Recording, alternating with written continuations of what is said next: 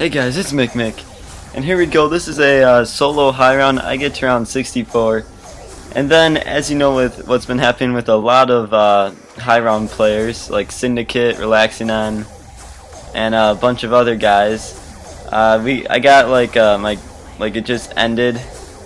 Not really ended for me. Like most people get the G spawn error or something like that, or some kind of error message, but I just got my screen just was frozen at the end, and I think that I was gonna get the error message and it just froze instead or something like that, because usually it freezes for a little bit and then the error pops up, but it just stayed frozen, so I had to shut off my Xbox, and the round didn't even count or anything like that, or any of the kills or anything. So, and as you can see, I just hit 1,000,000 points, so that's the highest you can go, and it's the first time I've done it, was on this map. And also I have like all the perks, and yeah, I have a pretty good setup. I don't have a Mark II ray gun just because it's not really needed. Honestly, like the only gun that you need is the paralyzer, that's it. Everything else doesn't matter that much. The Mark II ray gun can still kill zombies, but you're not going to be using it that much. And so, just my little strategy overview. I would just camp up on top of the saloon, and usually starting in the late 50s, you can't really hold down the camping spot anymore because it takes too long, or your wonder weapon overheats. So I would have to jump out the window, run outside the saloon, and rape train them all back in. And this is not the ideal pathway, by the way. I was just doing like a little victory lap for just reaching 1,000,000 points, so I'm just kind of ramboing right here. Okay, so let's talk about just Buried in general compared to the other zombie maps. And after this commentary, if you have any comments or on like the actual map and stuff, and you know, just any ideas, just put them down in the comments, and I'll be replying to anything. So anyways, so Buried compared to other maps, in my opinion, this is the best Black Ops 2 map. I think it's pretty well balanced, and most likely they are going to nerf this paralyzer because if you look at Die Rise and Transit, they nerfed the Soliquifier and they nerfed the jet gun, so they usually nerf the wonder weapons. I don't know why they just don't, make it perfect the first time, but apparently they just screw up on that.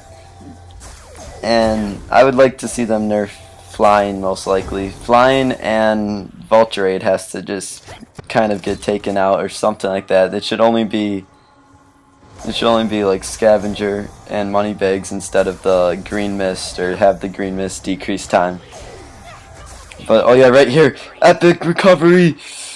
And then I get pushed inside the witch house, and this is not where you want to be at this time, especially when I'm trying to keep my 1,000,000 and pushing through. So yeah, get out of this. But anyways, like the actual landscape of the map, I love the rape training. The rape training's pretty hard in this map, consider if you don't have the paralyzer. If you're doing like a co-op or something, that it gets kind of hard. In the camping strategies, there's better camping spots. It feels more like Verrucht, Dare East, things like that, like back in the original maps where you could actually camp a lot better. And things that I don't like about the map is Leroy. Leroy's kind of Treyarch's always wanting to put a new boss zombie in the game, but having Leroy, it just really increases the time during low rounds and getting set up. Because now you need to go get beer bottles for him, get the booze, get candy, stuff like that, to use the box and open the areas on the map, and it just really increases round time. It's not really like interesting, or I mean it's interesting for what he can do with all that candy, but him opening up doors, they should have just left that part out, I would say. And Pack-a-Punch keeps getting harder to get to, in my opinion. Like on Transit, it was halfway across the map from where you had to put the turbine down, and now you got to go through that witch house. You might lose a couple $2,000, and then you might not even have enough to Pack-a-Punch, and then you're kind of screwed because you either go back and try it again, or you try to survive in one of the hardest parts, which is the maze. And so I don't know. I mean, it's not that big of a deal, but I'd like to see the Pack-a-Punch more easily like available, kind of like Call of the Dead or Dairy's Key Undertow and something like that. But I do like one thing about the map. I like how you can get all the perks and the Easter egg. The Easter egg reward is pretty nice on this map. Finally, they put back where you get all the perks permanently for the whole game.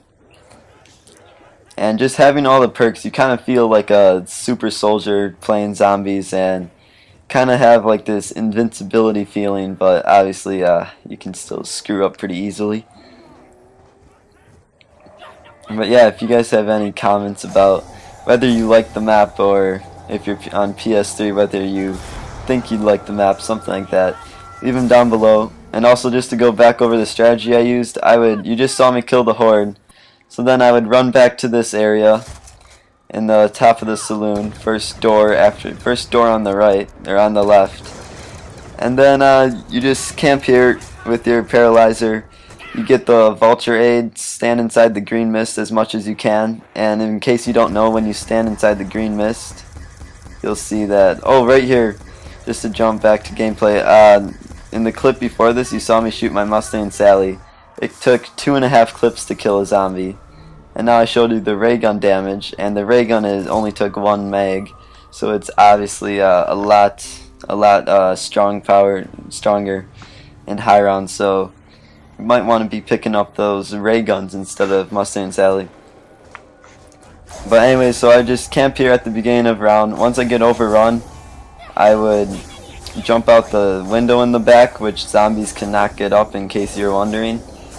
And then you just rape train them, try to horde them up towards the town center or whatever you call it. And then you bring them back to the bar, kill them all, repeat. And by the way, this is exactly how it looked at the end of the game. This is the video proof from my iPhone. I just recorded a little bit of my actual TV, my TV screen being frozen. And so you can just see it just stopped all of a sudden. Just nothing really caused it. Not really. It probably was like a G-spawn error, and it just froze before it popped up with the message, which kind of sucks, because at least in the G-spawn error, the game actually saves to leaderboards from where the error message popped up. But anyways, guys, that's the end of this. So see you guys later. Adios.